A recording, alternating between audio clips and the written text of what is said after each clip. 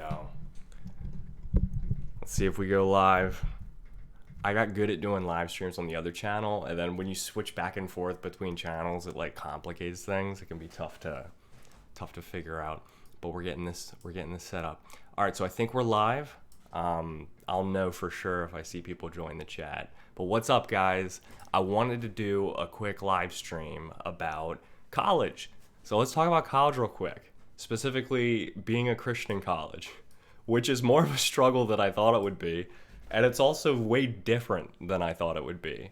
So I thought it might be worthwhile bringing up my own experience being a Christian through college, what that was like, and how I handled it, for better or for worse. Because I made a lot of mistakes, but I also did some things that I'm proud of. So let's talk about the things I'm proud of and ignore all my mistakes. Is that cool? Okay, good. Now we can talk about the whole thing. But I think I'm live. Otherwise, I'm just talking into a blank black mirror of nothingness. But that's okay too, because I think it records. So even if it's not live, I'll just upload it later. Anyway, so I was recently reading this article and it was like kind of mind-blowing. Let me bring it up here if I can. There I am. There's a Bible verse. There's the article. So basically the article was talking about how 70% of Christians leave their faith in college, which seems about right to me. It wasn't a surprising thing. When I read that, I was like, yeah, that makes sense. Because I've been through it.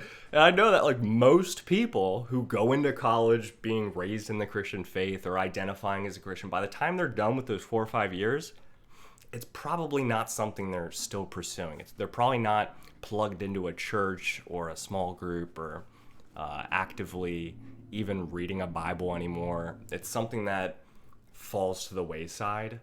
And I was curious as to why. And so I was reading through it, and it made a lot of sense after because I'm reading this after being through college and the whole situation. Anyway, although we can be critical as to reasons behind the statistics, in reality, most of the fall off is quite unintentional and just a slow drift away. It happens when we get distracted by life's activities and struggle to quote unquote figure things out. I was like, that's it. That's it right there. That was me anyway. I didn't go into college being like, all right, time to shake off that old Christian faith. That doesn't happen unless you're like really bitter about your Christian upbringing. And if you are, I'm sorry. I don't know what to say about that.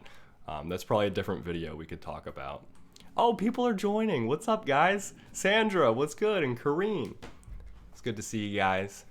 So anyway, what was I saying? So the intention going into college is rarely one where you're trying to run away from Christianity. It's more of a thing where you kind of just get busy with life, and it's not like an evil, cynical beginning to it. For me, it was just kind of overwhelming, just college in general, because first of all, I was away from home for the first time, surrounded by a bunch of people I'd never met, roommates that I was living with who I hadn't met, and in a degree that was very challenging. So I was just treading water constantly, trying to keep myself afloat in engineering and not fail. And it was really, really, really easy for me to completely forget about my Christian faith. Not in the way that I would think, but in that I wasn't pursuing it at all. And I was raised Christian, so it was always a thing just to go to church on Sundays with the family. And so that was something that I didn't have anymore, which was kind of, I don't know how to put it. It was just very weird to finally not have someone be pressuring you to read your Bible or go to church or do all those Christian things. You were basically on your own, sink or swim. It was kind of just up to me. And I was like, dang, this is such a freedom. What do I do? I gotta like figure this out. Am I gonna make it my own, or am I gonna completely ignore it? And so for a long time, I completely ignored it. Not intentionally, but just because I was so busy with school. You know, I was trying to just figure out my friends group, figure out engineering and all the classes I was going to, and try to get on top of the syllabuses and whatnot. But after a while, I really started to struggle in engineering. And so I started to question a lot of things. And I was thinking, like, am I really supposed to be here? Am I in the right major? Should I be doing something else? And after everything else kind of got stripped away to my core, I was sort of thinking along the lines of, I need to reconnect with God big time, because my compass is all over the place and I need someone whose compass doesn't change. And so that's what happened. I ended up joining this Christian group on campus. I think it was called CDF, Christian Disciple Fellowship, something like that. It was a while ago, so it's hard to remember. I went to Penn State University, but I didn't go to their main campus in the beginning. I started at one of their many satellite campuses. They have dozens of these smaller campuses. One of them was in Reading, New Jersey, Reading, Pennsylvania. I was at New Jersey after college. And it was about 4,000 people there. So it was a decent size, but it was small still comparatively to the main campus. But they had a Christian group, so I joined, and there might have been 15, 20 people there that they met like once a week on Tuesdays. It's funny how I remember the exact time they meet, but not the name of the place. But anyway, it was a cool group of people. The issue was every time that time came, 7 o'clock on Tuesdays, on whether or not I was going to go, I had to make the decision, am I going to study for this class and do this homework or whatever, or am I going to go and basically try to connect with other Christians? And so that was the trade-off I constantly was making in my mind. It was like grades or Christianity. And it was such like a thing, me trying to balance that. And it should be obvious, like you should pick your faith, that should come first and then everything else comes second. But half the time, probably more than half the time, it didn't come first. I was still trying to get my footing. I believed in God for sure, but I wasn't making it my own yet. It was still something I was raised in. It wasn't something that I was actively pursuing as much. So a lot of the times I was just like, well, hey, I'm here for school. I got to go get good grades. I got to pass. I got to, whatnot. So I was just, most of the time I would neglect it and go. And what I realized after a while is I started thinking about it a lot less. And it got to the point where I would just miss it for weeks and it never really came into my head. And that was a little bit scary because I started to realize that if this keeps happening a couple years from now, there's going to be no remnant left of Christian faith inside of my body. None. I'm just going to be full on, no more Christian. And that was like a weird thing for me to start experiencing. And I started realizing how important it was for me to be intentional about it. Because whether we realize it or not, we are incredibly influenced by the people in our social circle, by the people around us. We're heavily influenced, more than we think. We might have a strong personality. We might think that we're not influenced, but we are. I think we are the average of the 5 people we spend the most time with. Even if we are very serious about our faith and always trying to do the right thing and whatnot and connect in community with other believers, if we have mostly non-Christian friends that we spend most of our time with, over time, you're not going to be affecting them as much as they're going to be affecting you. And that's something I think most people know intuitively, but I didn't, at least whenever I was in college. It sort of just started happening. My roommates weren't Christians. My roommates became my friends. So I was spending most of my time with people who weren't Christians. And then when I stumbled across this verse here, let me pull it up if I can. There it is. 1 Corinthians 15:33. I was like, dang, that's it. That's it right there.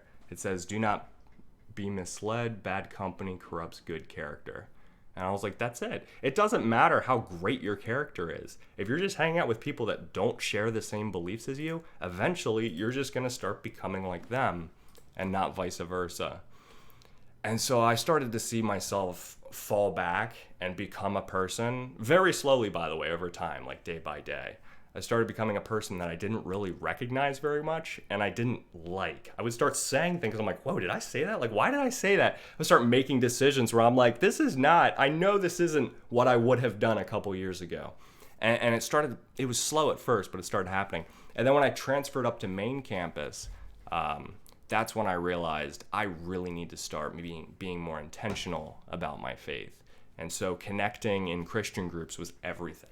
So I don't know what college you guys are going to go to. There's a lot of Christian colleges out there, which is awesome. There's also a lot of non-Christian colleges, secular public colleges like the one I went to. There's private ones as well. And almost every single college out there, I have not heard of a single college that doesn't have some type of Christian group on campus. So that's the good news. Anyone that really wants to can find other Christians in college. And I think the best way to do that is going through some of these groups. One of them that's huge in the US is called Crew. Another is the Navigators. That's one that I was a part of. And then there's many, many, many others. But I've been to quite a few. I was at CDF, Crew, the Navigators. I was mostly at the Navigators. But what I realized is most of them are pretty darn similar. They're not that different. You know, there could be small differences here and there, like the style of worship or whatnot. But I think the majority of them are all the same in a lot of ways. At least that's from my perspective anyway. So I think you can't really go wrong. So if you want to connect in community inside of a college, just join one of the Christian groups. And the added bonus is you make easy friends that way, because it's kind of tough to meet people as an introvert. I'm an introvert, so it was really difficult for me to, like, I don't know, spark up a conversation and say hi to people that I just didn't know, even people in my own class. So it's just one of those things that really helped me out with growing my own social circle, was connecting in these Christian groups. But we got some messages in the chat. What's up, Hannah? How's it going? Saying I just got on. I was lucky to go to a Christian university. See, there you go. And that's awesome. You know, if I have a kid one day and he's going to college, the first thing I'd probably recommend to him is join a Christian group, you know, as soon as you can, because that's going to be where you're going to meet a lot of your lifelong friends, at least your college friends anyway. Whether you connect afterwards is up to you. And for the most part, I would, in my mind, as like a father, I would be like, I just want to make sure that my kid is surrounded by good influences, by people with good character, people with good morals, because the default is not that way. And if we're not intentional, it's not going to happen, and you're going to revert. That's why between 60 and 80% of Christians, when they go to college, fall away from their faith in the first year. And it's not something that is intentional. It just kind of happens. So we have to be intentional to not be that way. But yeah. Anyway, so that was my experience. I joined Christian groups when I moved up to the main campus, my final 2-3 years at Penn State. And that's when I connected in the group called the Navigators. And that was a really cool group. I met a lot of really great people. And I even co-led a Bible study there. I made some cool friends. Some of which I still connect with to this day, just on social media and stuff, because we live pretty far apart. But it was like a really cool experience. And if it wasn't for those groups, there is no way that I would still be going to church and making this channel and talking to you guys right now. There's no way that would happen. I would have been one of those statistics, the 80%, 70% of people who just fall away. It might have taken me a little bit longer to fall away. Maybe it would have taken until my 5th year. I don't know. But I do know that the direction I was headed was not one that I wanted to go. And I think a lot of people, even though it is a small gradual shift, you'll see it happen and you can adjust accordingly. So it really is up to us. I don't think it's something that'll just, sneak up on you to the point that it'll be too gone, too late for you. So there's that. Hope I can catch up later because I'm at work. We got Kai K, K-A-I-Q-U-E, K-Kway. I feel like there's a lot of ways I could pronounce that, and I'm sure I'm doing it wrong. But anyway, yeah, check it out later and comment in the comments later. If you leave comments in this video later, I'll try to address them in the next video. I think that's how I'm going to handle it. But anyway, that's it. I just wanted to share my experience quick and tell you guys that there's hope. There's hope for us Christians. We can stay stronger together in community. It's a good thing. There's a lot of cute girls at those Christian clubs too. I was so introverted, I barely introduced myself to a lot of them. But it can also be a way to meet a spouse. I think that's a really good point, because if you're not going places where there's Christians, chances are you're going to meet people who aren't. And if you're trying to raise a Christian family, it's tough to do that when you're unequally yoked. But that's a whole other video that we'll talk about later. Anyway, I've been babbling a lot, so I'll let you guys go. That's all I had to say. But thank you for watching and staying along with this. Leave any questions or comments below, and I'll try to handle them in the next live stream. And yeah, have a great rest of your Friday. I'll see you guys later. Peace out.